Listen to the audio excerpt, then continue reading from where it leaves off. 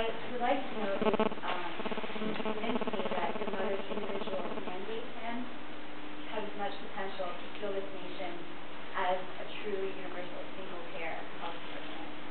If you could compare and contrast the order. Well, I'll say something initially, and then I'd like Dr. Redletter to weigh in. And I'm really proud that in '93 and '94, my mother and Dr. Redletter and others stood up for universal health care before it was popular and fashionable. I'm really proud that she's still standing up for universal health care, and that she has been fighting to expand health care in the interim through programs like the Children's Health Insurance Program, which covers 6 million kids in our country, and more than 140,000 right here in Pennsylvania, maybe some of your patients. But I'm also proud that what my mother's proposing now reflects the lessons that she learned in '93 and '94 when she wasn't able to achieve universal health care. So that what she's proposing now is both universal but also politically achievable, and uses what we already have so that we can get there more quickly.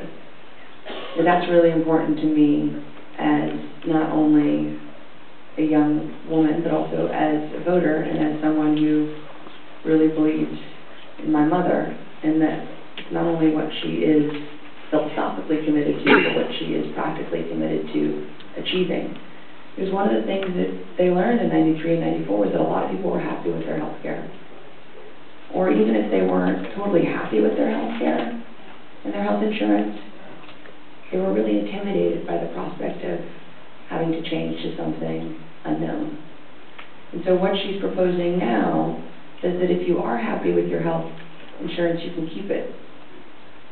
But if you're unhappy with your health insurance, if you feel underinsured, or if you're one of the 47 million Americans who is chronically uninsured, or if you're one of the more than 50-some-odd million Americans who aren't chronically uninsured but will be uninsured at some point over a year, there are a lot of people who in 2008 at some point won't have insurance.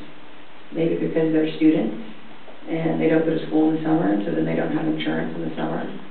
Maybe because they're young and they switch jobs a lot and they can't afford to have COBRA between jobs. Then you'll be able to buy the Congressional Health Care Plan. And that's a little bit misnamed because it's not just for members of Congress and their families and their staff, but it's actually what covers the 9 million people who work for the federal government. So it's not creating a new bureaucracy, something that's already there that we can build upon. And there are more than 250 different private plan options in the program today, because people have different needs. You know, what you need versus what your patients need versus what I need, versus what I'll need when I have a family are very different. But no one can be denied coverage because of a pre-existing condition. And one thing that is particular to my mom's proposal is to have mental and dental health parity, so that there are true health care plans that are available. And if you can't afford the option that you think best meets your needs or your family's needs, you'll be given a $3,500 tax credit. And more importantly, your maximum monthly premium payment would be capped as a percentage of your disposable monthly income. So it really should be affordable for all your patients. But if you can't afford that, we put on something like Medicaid. Now, over time, it should become more affordable for all of us because of what Dr. Redletter was saying. You know, already, because the pool of people is larger in a congressional health care plan, the average monthly premium is about 75% of what I would pay through my employer, for instance.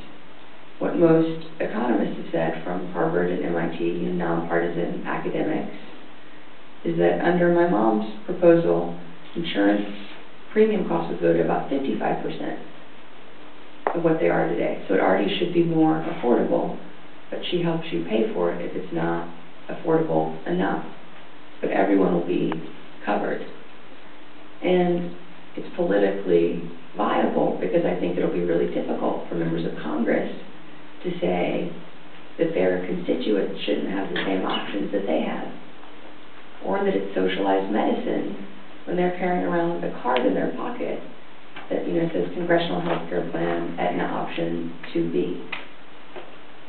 And so it's both universal, but also politically achievable so that we can get to universality.